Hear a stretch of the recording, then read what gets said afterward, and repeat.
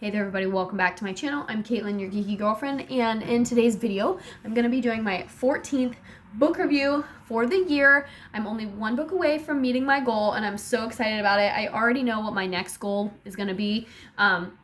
Spoiler alert, it's going to be 24 books in 2024, which I think is going to be crazy. I'm also setting some other smaller goals for myself. Like, I would like at least 6 of those 24 books to be nonfiction, because I didn't really read a lot of nonfiction this year. So I want to add some more nonfiction reading back in, maybe some historical stuff. I've got a lot of nonfiction books on my shelf, so that's going to be, this year my goal was kind of like TV movie books. I'm going to fill my shelf, my to-read shelf, with some historical stuff. But anyway, we're going to do the 14th book for the year, and I'm so close. I'm so excited, and I am reading book number 15 right now, and so I think I'm going to actually surpass my goal, because we still have 2 months left of the year, so we'll see. But if you're new here, thank you so much for watching this video. If you like this video, give me a thumbs up. Let me know what book you want me to read next, or what book I should add to my list. If you have any recommendations for my book club, anything like that. And let me know your thoughts of this book and all of my other books. I've done a lot. You can find all of my other reviews here in the channel, so make sure you scroll up, scroll down to find all my older videos, newer videos. And yeah, thank you so much for being here, and so let's get into the video. This is going to be the only one where I don't have the actual book to show you guys, because somebody else is actually borrowing it right now. So let me show you a picture of the cover. All right, so it is The House Across the Lake by Riley Sager. I'm going to go with Sager.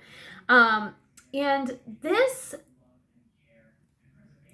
I read this book really, really quickly. So you guys know that affects my ratings a lot. I read this book in 1 week, exactly 1 week, that's pretty good for me.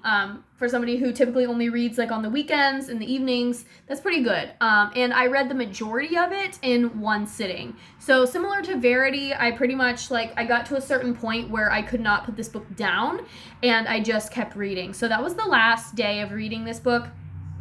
I think I got to page 230 to 40-ish.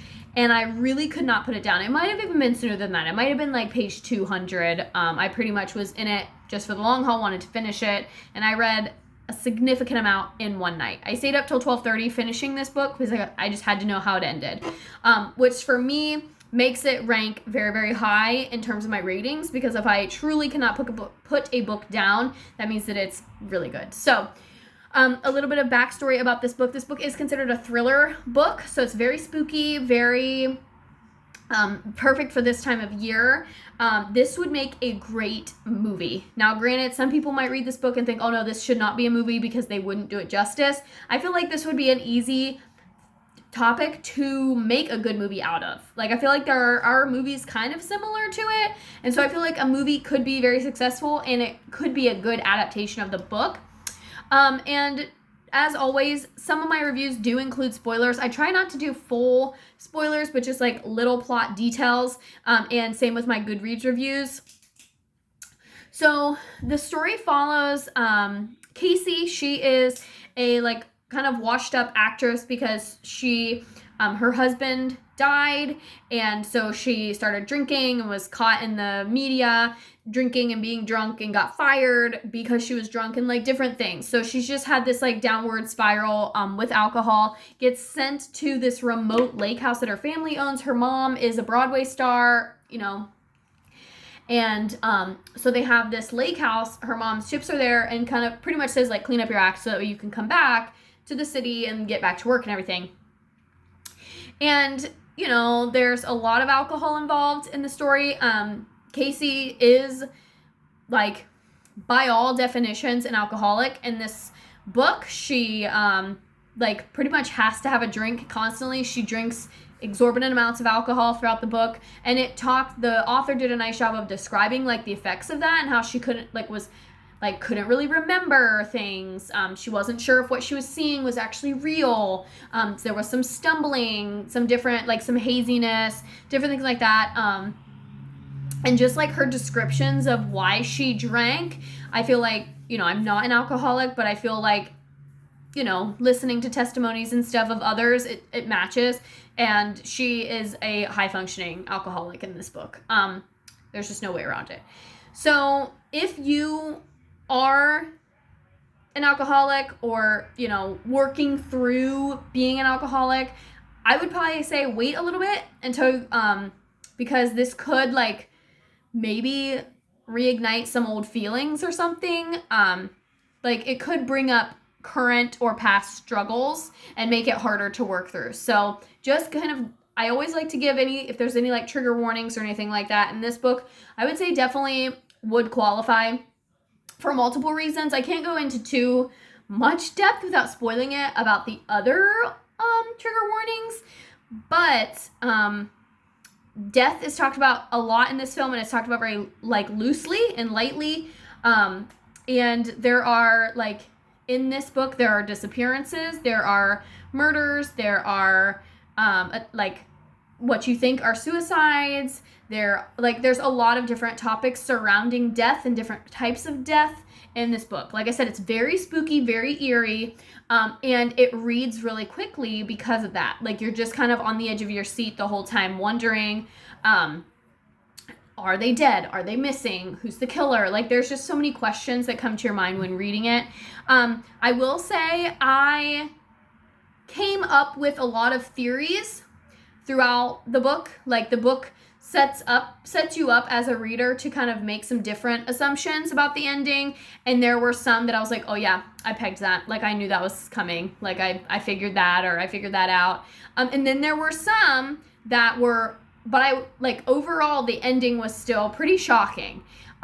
So yeah, so even if you think you know what's gonna happen, you probably don't, and if you are, good for you. Like you're a master inferencer, because I like thought that I knew the ending. I was pretty certain that I knew, and I knew what the ending was that I wanted. And I can say I was satisfied with the ending that I received after reading on multiple fronts, like on Casey's front, on, oh my gosh, I just read the book, but I feel like I forget the characters' names. Tom, I think is his name. On his front, Boone, like all of it. I like was pretty happy with all of the endings overall. Now, let's get into the meat and potatoes, because yes, this book was very easy to read. Yes, it was a fast read. Yes, I was intrigued. Yes, I like was on the edge of my seat the whole time. I would say it was not the first thriller that I've read, because I would consider Verity a thriller, but this was like, I'm warming up to the genre of thriller because of Verity and because of this book. Like both of the thrillers that I've read have been good. The Locket, I also would consider that one a thriller, and I reviewed that one as well. It's a newer book by a newer author, so go check that out if you haven't seen that review yet. Just scroll down on your feed and look for my Bookie Babe review of The Locket, because that was also a thriller. And so I'm warming up to the genre of thrillers because I've read so many good ones. Like all of the ones that I've tried to read have been good, and so they keep me coming back, which is great.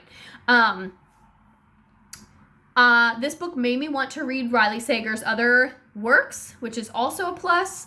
So yeah, let's get into the meat and potatoes. So I was really, really into the book. I knew what ending I wanted. I had my predictions. Then the author kind of throws a curveball, and I can't say that I liked the curveball. I'm trying not to spoil it. I don't want to spoil it, but I did spoil it a little bit in my Goodreads review. So if you want the spoiler, go read that review over on Goodreads. I'm at Caitlin McClure, your geeky girlfriend, over on Goodreads. And I did kind of put the curveball in there, but I marked that the review had spoilers. So I'm not going to say what the curveball is here in this video. I want this one to be more vague, but I didn't like it. And the curveball was actually what made me rate it a 4 instead of a 5 on Goodreads, because I was like really enjoying the realism of the book. Like I felt like this book was actually pretty realistic and could actually happen in real life, and I liked that. It's scary that it could actually happen in real life, but there are like these things do happen in the world we live in today. So, and for many years. And then the curveball was something that in my mind just is not realistic. And so that ruined it for me a little bit. And not enough to make me like stop reading. Like I still was like, okay, let's see kind of where this goes. But the curveball, like this book that up till that point was really super realistic, just kind of was like, took a nosedive into like supernatural, kind of weird. And I was not a fan, just because I don't personally believe that that's a possibility in our realm. Realm as in we live in multiple realms. Like it's not a possibility in my mind. So that did bring it down a notch. I had to only give it 4 stars on Goodreads. I can't give it like a full glowing 12 out of 10 review like I did Verity and some of the other books that I've read, because I just felt like it was like that one piece of the plot made it not realistic to me. The author does redeem himself. He kind of comes back and like tops it off with a realistic ending, and I think gives a lot of readers what they were hoping, like justice that they were hoping for. But yeah, that one curveball, and it's supposed to be the climax of the book, and that was it was the part where I couldn't stop reading. Like I got to a certain point, I could not put the book down, and it was that point. So I still like read through the curveball, and I was still like really wanting to know how the book was gonna end, but I can't say that I was in full agreement or support of that curveball. So for that reason, I would give this book, like here on the YouTube channel, I rate everything out of a 10. And I have to give this book like an 8.5 to a 9. Like it's still very, very good. And I think some people would like be able to read past it. However, for me, that one point of the plot, it just made it so not realistic. And I just had a hard time like wrapping my mind around that, and why, like, I get into my mind about like, why did the author choose that? Why didn't they just go through this conventional route? And I know it's probably to keep people on the edge of their toes. But for me, this was a very good book, a very solid thriller. Like I said, I think it would make a great movie, a great scary movie to boat. But yeah, I can't give it like a full 10 out of 10 or higher, like a glowing A++ or a 12 out of 10 or whatever, best book I ever read, because of that one piece in the plot. Was it a very good book? Yes. Was it a well-written book? Yes. And it is told through it's told through a series of flashbacks and current events. So like it'll say before, and then you're kind of like getting a sense of flashback, and then now, and then, and like it's kind of, so some people I've heard and read other reviews where they felt it was hard to follow because of that. Like they didn't really know what was actually happening, but I felt like it made it easier to read and was a good like breakup of like, if you needed a stopping point, you could stop. And I felt like the events do kind of seamlessly come together in the end, and it all makes sense. So if you're just starting to read this book and you're like, I don't know, like it all comes together in the end, and it's all part of the puzzle. And I did feel like I was watching an episode of Criminal Minds or something where they're like getting all this different information. But yeah, I just can't give it the full 10 because of that one, like that curveball that was thrown in there.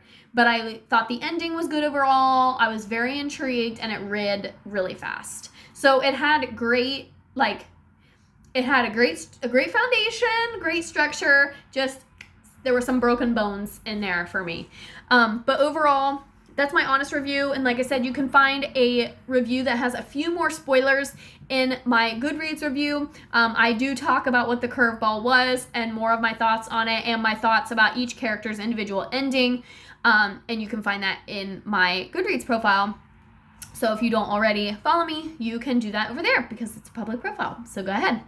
And that's it for this one. Like I said, this was book 14. My goal was 15 books this year. I only have 1 book left, and I felt like this was a really good one. I do like this book club because I'm opening my eyes to different genres. If you followed me on this page and this series for a while, most of what I read or what I choose to read is like young adult fiction, especially like romance and drama novels. So the thriller genre and sci-fi and fantasy, those are all ones that I'm kind of warming up to because we're reading these books for book club. and more adult novels. And so I'm happy that I'm like opening my mind up to new genres and kind of am getting out of my comfort zone a little bit, because I've discovered that there are really good books in these other genres. So I think it's making me a broader reader, and I have genuinely enjoyed all the books that we've read so far. And I was looking back at some of the books that I've read this year, and I've read some really amazing books this year. And like, it's going to be really hard to do my year in review of like, you know, top 3 books of the year or whatever. I've read some books this year that definitely fall on the list of best books I've ever read and like make my top 10 favorite books of all time. So at the end of the year, it's going to be really hard to do that. Like I said, the top 3, 4, 5 books that I read this year. But that gives you guys an idea of some stuff that is to come. Also coming up this week on the channel, I've got a Swift Tea episode coming and dropping this week, and another part of my movies that I've watched in 2023 series. That part 2 is coming as well, so make sure you check those out. And until then, I'll see you guys next time. Bye-bye.